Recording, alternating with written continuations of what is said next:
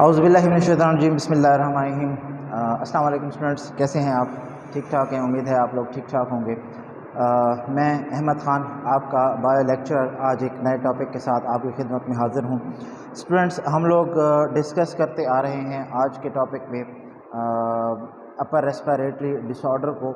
Last time हम लोगों ने लास्ट लेक्चर में जो डिसऑर्डर एक्सप्लेन किया था साइनसाइटिस था। आज का जो डिसऑर्डर है ये ओटाइटिस मीडिया के नाम से आपकी बुक के अंदर एक्सप्लेन किया हुआ है। सो स्टूडेंट्स, बोर्ड की तरफ चलते हैं विदाउट एनी डिले। हम लोग पहले देखते हैं जी कि ओटाइटिस मीडिया है क्या, ओटाइटिस मीडिया कहते किसको हैं। तो हम लोग पहले इस वर्ड को डिवाइड करते हैं तीन कैटेगरीज़ में। ऑट का मतलब क्या होता है? Year. Itis stands for inflammation. Last lecture में हम लोग बता चुके हैं कि इन्फ्लेमेशन से मुराद इंटरनल स्वेलिंग के होगा, जो इंटरनली स्वेलअप होकर ब्लॉकेज क्रिएट करता है, उसके लिए हम लोग इन्फ्लेमेशन का वर्ड यूज़ करते हैं। और मीडिया का जो वर्ड है ये मिडल पार्ट या मिडल ईयर के लिए हम लोग वर्ड यूज़ करते हैं। सो अगर हम लोग इन तीनों वर्ड्स को कंबाइन करें तो हम लोग ये कहते हैं it is basically inflammation of middle ear. So otitis media को एक्सप्लेन करने के लिए हम एक्सप्लेनेशन देते हैं कि ये क्या है जी, हमारे पास इन्फ्लेमेशन है किस चीज़ की? मिडल ईयर की। किस तरह से मिडल ईयर की इन्फ्लेमेशन है, या एक और क्वेश्चन माइंड में जनरेट हो सकता है कि ये तो ईयर के हवाले से हम लोग पढ़ रहे हैं, तो डिसऑर्डर्स के बारे में जो बात हो रही है वो तो रेस्पिरेटरी डिसऑर्डर्स की बात हो रही है, और रेस्पिरेटरी जो ट्रैक है उसमें तो कभी कहीं पर ईयर का नाम भी नहीं आता। तो हम लोग ये कनेक्शन क्रिएट करते हैं पहले कि ईयर का या इस डिसऑर्डर का रेस्पिरेटरी ट्रैक के साथ किस तरीके से कनेक्शन होता है। तो हम लोगों को पता है कि हमारे पास ईयर के एंड पर एक स्पेशली ट्यूब्यूल्स होती हैं जिनको हम लोग क्या कहते हैं? स्टेशन ट्यूब्स का नाम देते हैं। ये स्टेशन ट्यूब्स कनेक्ट होती हैं किस चीज़ के साथ? फेरिंग्स के साथ। आपके ईयर के अंदर जब भी कभी कोई इन्फेक्शन क्रिएट होता है तो उसमें जो WBCs या न्यूट्रोफिल्स वगैरह against the antibody against the bacteria virus वगैरह जो है उनके अगेंस्ट काम कर रहे होते हैं, तो वो WBCs पस फॉर्म में या म्यूकस की फॉर्म में आपके फेरिंग्स के पोर्शन तक आते हैं थ्रू स्टेशन ट्यूब्स, और इनका कनेक्शन जो होता है वो स्पेशल टाइप ऑफ ट्यूब्यूल्स या कैविटी की वजह से होता है जिसको हम लोग क्या कहते हैं? नेज़ोफेरिंग्स। तो ईयर का स्टेशन ट्यूब से फेरिंग्स के साथ, अब फेरिंग्स वो ट्यूब है जो कि आपके रेस्पिरेटरी पाथवे के साथ मौजूद है। तो हम लोग इसको इस तरीके से लिंक करते हैं कि बैक्टीरिया जो मूव करते हैं वो नेज़ल कैविटी से या माउथ से ईयर तक जा रहे होते हैं। इसी तरीके से जो ईयर के अंदर मौजूद म्यूकस वगैरह होता है वो स्टेशन ट्यूब के ज़रिए से फेरिंग्स तक आ रहा होता है। तो ये कनेक्शन होता है बिटवीन रेस्पिरेटरी सिस्टम के साथ। सो हम लोग इसलिए कहते हैं कि स्टेशन ट्यूब्स कनेक्ट करते हैं फेरिंग्स को किसके साथ? With the help of nasopharynx. So अब प्रोसेस देखते हैं कि किस तरीके से ये ओटाइटिस मीडिया का डिसऑर्डर होता है। स्टेशन ट्यूब्स का बेसिकली काम क्या होता है? इसका काम ये होता है कि ये मैनेज करता है, किस चीज़ को मैनेज करता है? प्रेशर को मैनेज करता है। किसके दरमियान में? प्रेशर हमेशा दो चीज़ों के दरमियान में मैनेज किया जाता है। किसके दरमियान में मैनेजमेंट होती है? Between middle ear cavity, middle air cavity and outside environment. अब ये आउटसाइड इन्वायरमेंट आपके पास एक्सटर्नल ईयर की तरफ से भी हो सकती है, ये आउटसाइड इन्वायरमेंट, ईयर की आउटसाइड इन्वायरमेंट आपके इंटरनल फेरिंग्स के साथ भी हो सकती है। तो इन दोनों के दरमियान में ये प्रेशर को मेंटेन कर रहा होता है।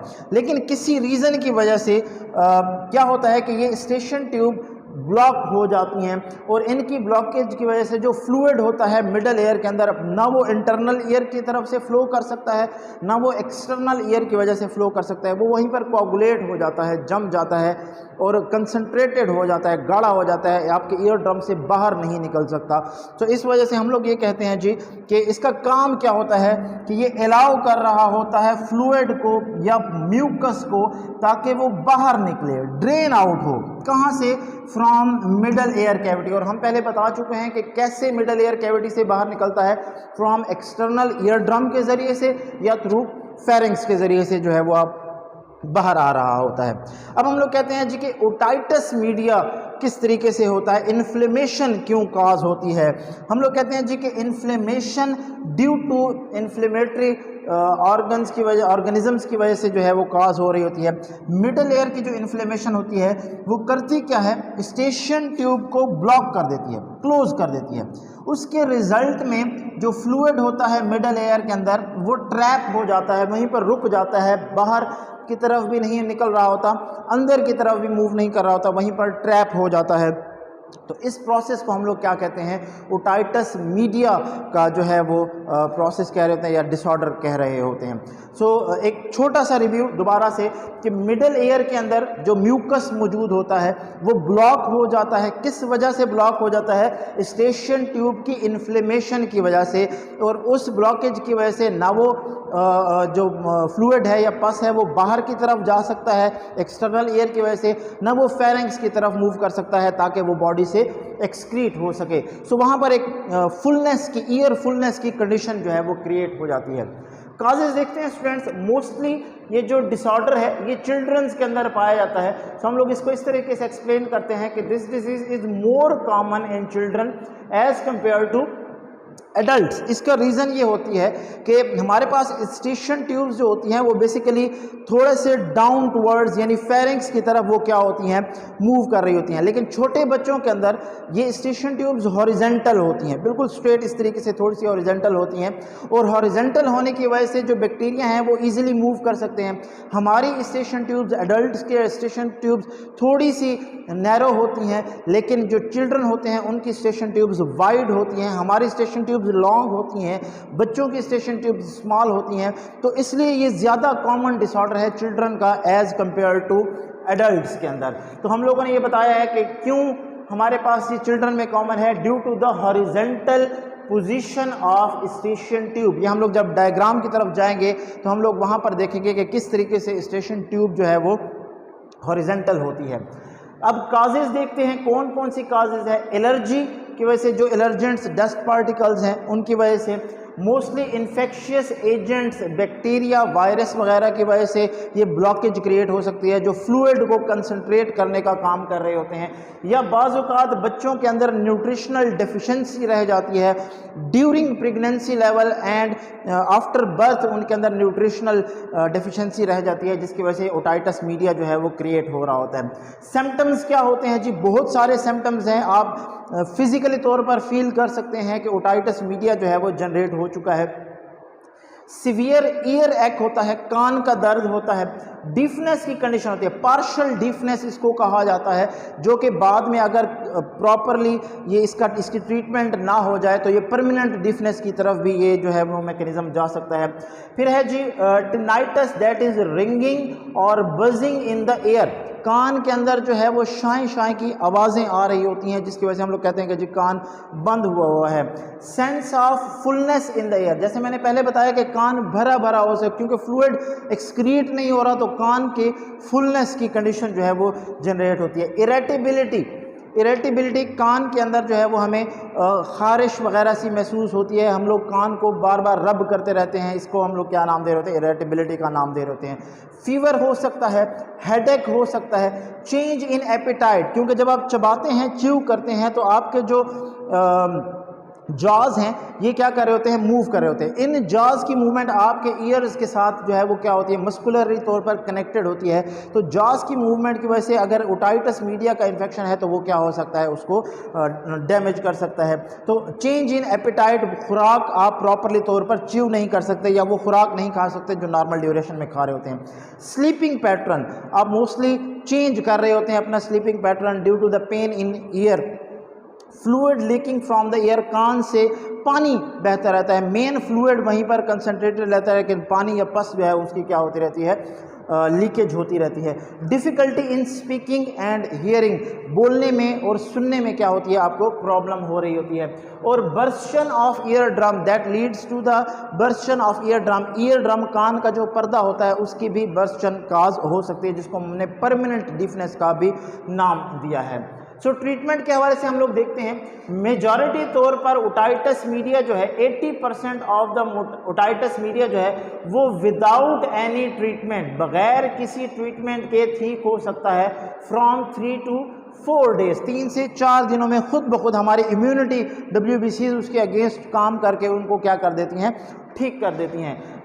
या फिर क्या होता है कि परफोरेटेड ईयर ड्रम, जो हमारे कान का जो पर्दा होता है, जो जिससे फ्लूइड लीक आउट हो रहा होता है, वो भी खुद ब खुद रीजनरेशन के प्रोसेस के ज़रिए से हील हो जाता है।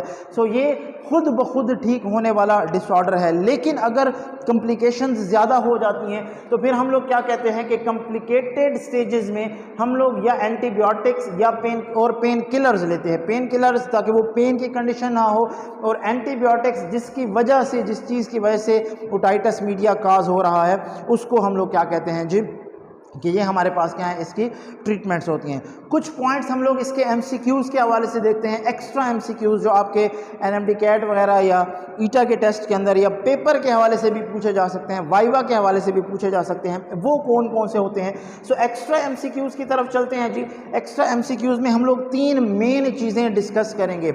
एक कि अगर सर्जरी होती है, लेट्स से कि अगर आपको दवाइयों से ठीक नहीं हो रहे, तो आपके फिर सर्जरी ऑपरेट की जाती है, जिसकी वजह से आपकी वो ट्रीटमेंट की जा रही होती है, फ्लूइड को बाहर निकाला जा रहा होता है। तो हम लोग वो देखते हैं कि वो सर्जरी के मैकेनिज्म कौन कौन से होते हैं। सो क्या होता है जी कि मोस्टली स्मॉल ट्यूब्स को क्या किया जाता है, पास किया जाता है ईयर ड्रम में से, ताकि ड्रेन आउट किया जाए फ्लूइड को या पस को मिडल एयर से। और जो मेन पॉइंट आपसे MCQs के हवाले से पूछा जा सकता है कि इस ट्रीटमेंट को क्या कहते हैं, तो ये क्या है जी, हमारे पास टिम्पैनोस्टोमी। इसी तरीके से हम लोग क्या कहते हैं जी कि स्मॉल होल्स जनरेट किए जाते हैं मिडल एयर के अंदर, ताकि इस पस को या इस फ्लूइड को क्या किया जाए, ड्रेन आउट किया जाए।